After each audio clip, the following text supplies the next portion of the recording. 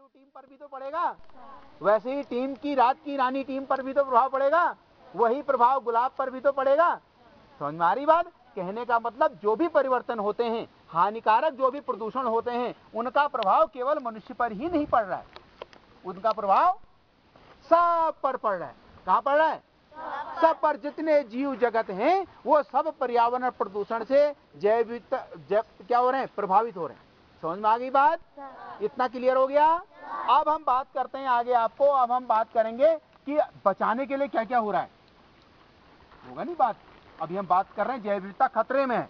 अभी हमने बात किसमें करी कि जैव विविधता खतरे में है, जंगल कट रहे हैं, जंगलों में आग लग रही है, ओजोन परत में छेद हो रहा है, पृथ्वी का तापमान बढ़ रहा है, निर्वनीकरण हो रहा है, मरुस्थलीकरण हो रहा है, न जाने कितनी समस्याएं हमारे सामने आज आ गई हैं जिनसे जैव विविधता को क्या हो रहा है?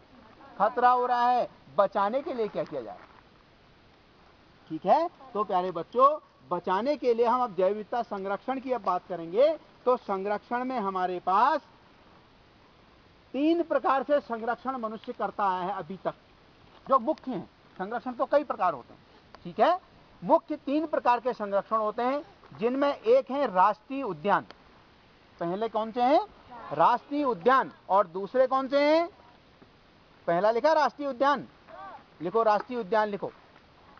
पहला बचाने का तरीका क्या है संरक्षण का? दूसरा तरीका लिखिए, क्या बताएगा कोई?